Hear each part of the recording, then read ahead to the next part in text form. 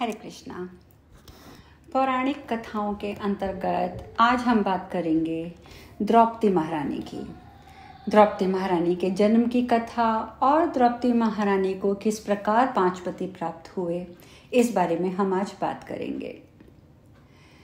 कथा इस प्रकार आती है कि प्राचीन काल की बात है। इसे मैं कथा इसलिए बोल रही हूँ क्योंकि मैं जहाँ से पढ़ रही हूँ वहाँ एक कथा के रूप में कहा गया है, जबकि आप जानते हैं कि महाभारत, जहाँ पर हमें द्रौपदी महारानी के बारे में सुनने पढ़ने को मिलता है, वो एक सत्य घटना है, कथा नहीं है। तो इसलिए मेरे ख्याल से इसे कथा कहना भी गलत होगा। तो मैं सिर्फ आपसे सीधी बात करती हूँ प्राचीन काल की, कि प्राचीन काल की बात है। नैमिषारण्य क्षेत्र में देवताओं का एक महान यज्ञ चल रहा था। यमराज ने यज्ञ में दीक्षा ले ली और इसीलिए वे यज्ञीय पशुओं के, मतलब जो जानवरों के, जो यज्ञ के जानवर होते हैं, उनके अतिरिक्त वो और किसी का भी वध नहीं करते थे। और इसका नतीजा क्या निकला कि मर्त्य लोक में प्राणियों की मृत्यु का समय बीतने लगा, क्योंकि वो किसी व्यक्ति को मृत्यु उसकी होती ही नहीं थी, क्योंकि यमराज उसको लेने ही नहीं चाहते थे। और इस प्रकार से वे लोग, मतलब ज़्यादा जो धरती के लोग थे, वो अमर, जैसे अमर हो जाते हैं वैसे हो गए।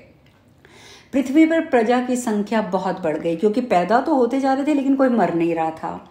और इससे देवताओं को बड़ी चिंता हुई, क्योंकि वो सोचने लगे कि पृथ्वी इतना भार कैसे सह सकेंगी, आखिर कुछ भी है, पृथ्वी भी तो देवी है, और अगर देवी दुखी होंगे तो देवताओं को तो चिंता होनी ही चाहिए। और वही हो रहा था। अब उनके मन में ये बात आई कि पृथ्वी के जो प्राणी हैं, उनसे हम इस अर्थ में अच्छे हैं कि वे मर जाते हैं और हम नहीं मरते, पर यदि वो भी नहीं मरेंगे तो उनमें और हम में अंतर क्या रह जाएगा। कहीं ना कहीं उनके मन में ये चिंता भी देवताओं के मन में आने लगी।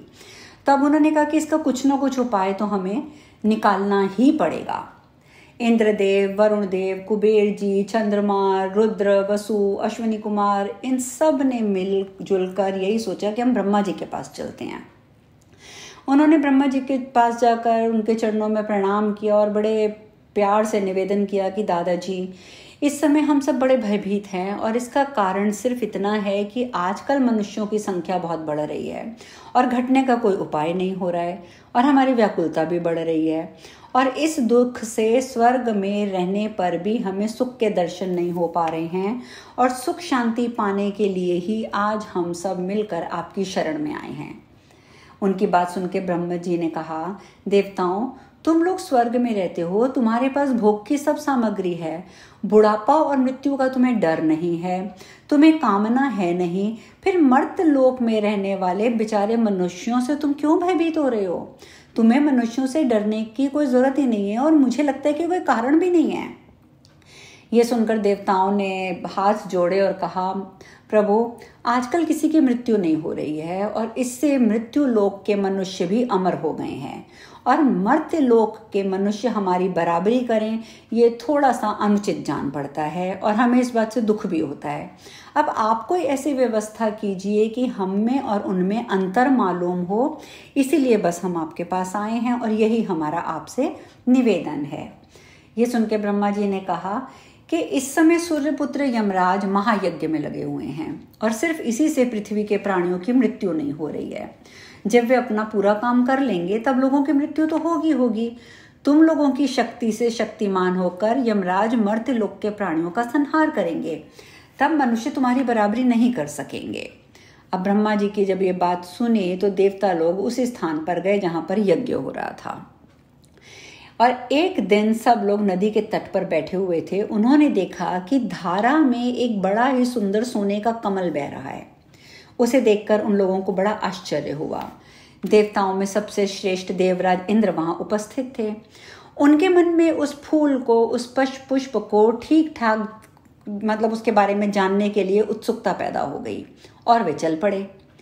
आगे जाकर उन्होंने देखा कि जहां से नदी निकलती है वहां एक बड़ी सी तेजस्विनी स्त्री नदी के भीतर खड़ी होकर जल भर रही है।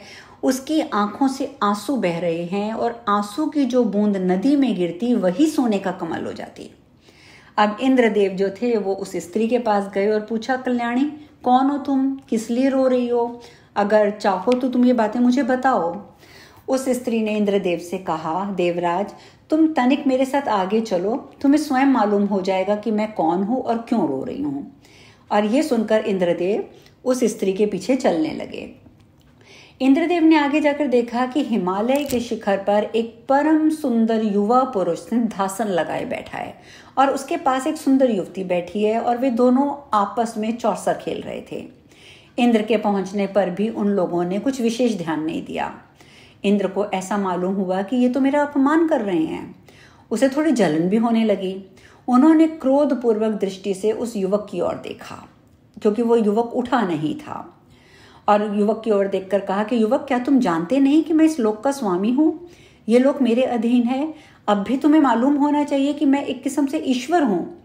वह पुरुष जो था उसने ये बात सुनकर भी अनसुनी कर दी और अपने खेल में तन्मय रहा। इंद्र के इस प्रकार कहने पर उसने बस एक बार धीरे से सिर उठाया, ऊपर देखा और हंस दिया। एक बार उसकी दृष्टि इंद्र पर पड़ गई। दृष्टि पड़ते ही इंद्र जो थे वो एक ठूंठ की तरह हो गए, ठूंठ के समान हो गए। ना वो हिल सकते थे, ना वो डोल सकते थे। वह स्त्री रोने लगी। खेल समाप्त होने पर युवा पुरुष ने रोती हुई स्त्री से कहा, इंद्र को मेरे पास ले आओ। मैं इंद्र का अनिष्ट नहीं कर रहा हूँ। मैं ऐसा उपाय कर रहा हूँ जिससे फिर इंद्र को अपने ईश्वरीपन पे कभी गर्व ना हो। स्त्री ने जाकर ज्यों ही इंद्र के शरीर का स्पर्श किया, त्यों ही इंद्र पृथ्वी पर गिर पड़े। तेजस्वी युवक रूपधारी भगवान शंकर ने कहा, इंद्र, अब कभी इस प्रकार का अभिमान मत करना। मैं ईश्वर हूँ। तुम्हारे शरीर में जो शक्ति है वह तुम्हारी दूसरी नहीं है। अच्छा, माना कि तुम्हारे अंदर बड़ी शक्ति है, इसलिए तुम इस बड़ी सी पर्वत शिला को हटाकर नीचे की गुफा में जाओ। वहां तुम्हारे समान और भी तेजस्वी इंद्र हैं। इंद्र ने वैसा ही किया। उस शिला के हटाने पर इंद्र ने देखा कि उन्हीं के समान और भी इंद्र वहां हैं। उन्हें देखकर इंद्र बहुत दुखी हुए और सोचने लगे, क्या मेरी भी दशा इन्हीं सब के समान होगी, ऐसी ही होगी? भगवान शंकर ने अपने दया भरे चेहरे पर तनिक कठोरता लाई और भयंकर भाव प्रकट करते हुए कहा, इंद्र, मूर्खता के कारण तुमने मेरा अनादर किया है। जाओ, तुम भी इसी गुफा में रहो। शंकर जी की बात सुनकर इंद्र डर के मारे थरथर कांपने लगे। उन्होंने अंजलि बांधकर सिर नवाकर भगवान शंकर से निवेदन किया कि प्रभु, आपने मुझ पर विजय पाई, आप ही तीनों लोकों के स्वामी हैं। भगवान शंकर बड़ी उग्र हंसी हंसने लगे। उन्होंने कहा, ऐसे अभिमानियों को कभी क्षमा नहीं करना चाहिए। ये चारों पुरुष भी जिन्हें गुफा के अंदर तुम देख रहे हो, ऐसा ही काम कर चुके हैं और उसी के फलस्वरूप उन्हें ये दशा प्राप्त हुई है। अब तुम भी इन्हीं की भांति गुफा में पड़ जाओ। इसके बाद तुम सबको और इस स्त्री को मनुष्य योनि में जन्म लेना पड़ेगा और ये स्त्री तुम्हारी धर्म पत्नी होगी। वहां तुम लोग अद्भुत कार्य और असंख्य प्राणियों का नाश करके फिर अपने कर्म के फल स्वरूप पूर्वोपार्जित इंद्रलोक में आ जाओगे। इसके अतिरिक्त मनुष्य लोक में तुम्हें और भी काम करने पड़ेंगे। मेरी ये बात सर्वथा सत्य होगी। पहले के इंद्रों ने कहा, प्रभो, हम आपकी आज्ञा का पालन करेंगे। मर्त्यलोक में जन्म लेकर तो मोक्ष भी प्राप्त किया जा सकता है, परंतु वह बहुत कठिन है। हमारी प्रार्थना है कि हम किसी मनुष्य के द्वारा उत्पन्न ना हो, बल्कि धर्म, वायु, इंद्र और अश्वनी कुमारों से ही हमारी उत्पत्ति हो। दिव्य अस्त्रों के द्वारा हम मनुष्यों से युद्ध करें और अंत में अपने लोक में लौट आएं। नए आए हुए इंद्र ने कहा, मैं देव कार्य के लिए 5वां पुरुष उत्पन्न कर दूंगा। भगवान शंकर ने उनकी प्रार्थना स्वीकार कर ली और उस स्त्री को आज्ञा दी जो कि उस समय रो रही थी। उन्होंने कहा, कल्याणी, तुम स्वर्ग की लक्ष्मी हो। तुम आदि शक्ति लक्ष्मी की ही अंश स्वरूपा हो। तुम भी इन लोगों के साथ मर्त्यलोक में जाओ और इन 5 की धर्म पत्नी बनो। उस स्त्री ने भगवान शंकर की आज्ञा को शिरोधार्य किया। उन 5 इंद्रों के नाम थे विश्वभुक, भूतधामा, शिबी, शांति और तेजस्वी, और वह स्त्री स्वर्ग की लक्ष्मी थी। इसके बाद भगवान शंकर उन 5 इंद्रों को और उस स्त्री को लेकर पुराण पुरुष अजन्मा भगवान नारायण के पास गए। नारायण ने भगवान शंकर के कार्य का अनुमोदन किया। उन्होंने कहा, प्रभु, आप मेरी आत्मा हो। आपके द्वारा जो कार्य होगा वह सर्वथा मेरी इच्छा के अनुरूप ही होगा। आजकल पृथ्वी का भार बहुत बढ़ गया है, लोगों की संख्या बहुत हो गई है, धर्म कर्म में लोगों की रुचि कम होती जा रही है, लोग अपने को अमर मान रहे हैं, मनुष्यों के रूप में बहुत से दैत्य प्रकट हो रहे हैं। इन देवताओं के मन में भी यही इच्छा थी कि अब उनका संहार हो, सो तुमने इनकी वासना पूर्ण की। अब यही लोग चलकर संहार कार्य संपन्न करेंगे। मैं भी यदुवंशियों में अवतीर्ण होने वाला हूँ, मैं उनके कार्य में सहायता करूँगा। धर्म राज्य की स्थापना और अधर्म राज्य का विनाश तो मुझे करना ही है, और ये बड़ा अच्छा हुआ, इसीलिए मैं आपके इस कार्य का समर्थन करता हूँ। भगवान शंकर बहुत प्रसन्न हुए, उन इंद्रों को भी बहुत आनंद हुआ, वह स्त्री भी फूली नहीं समाती थी। हमारे कार्य में भगवान की सहानुभूति है और वे हमारे साथ हैं, ये सोचकर वे गदगद हो रहे थे। वे नारायण ही भगवान कृष्ण के रूप में अवतरित हुए। पहले के चारों इंद्र युधिष्ठिर, भीमसेन, नकुल, सहदेव हुए और पांचवें पुरंदर के अंश में सव्यसाची अर्जुन हुए और स्वर्ग की लक्ष्मी ही द्रौपदी महारानी हुई। राजा द्रुपद ने एक याज नामक ब्राह्मण से यज्ञ करवाया।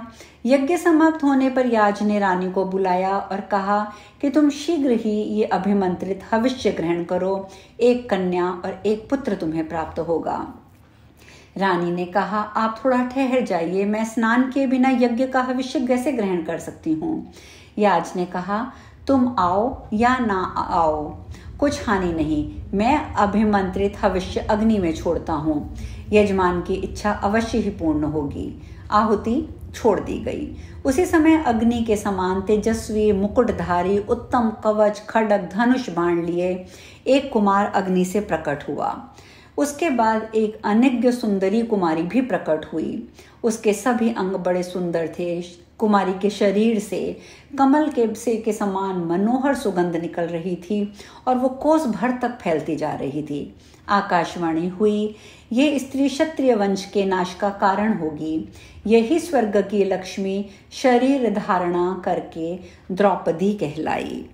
तो इस प्रकार आज हमने द्रौपदी महारानी के बारे में चर्चा की। कल हम नई चर्चा के साथ पुनः मिलेंगे। हरे कृष्णा।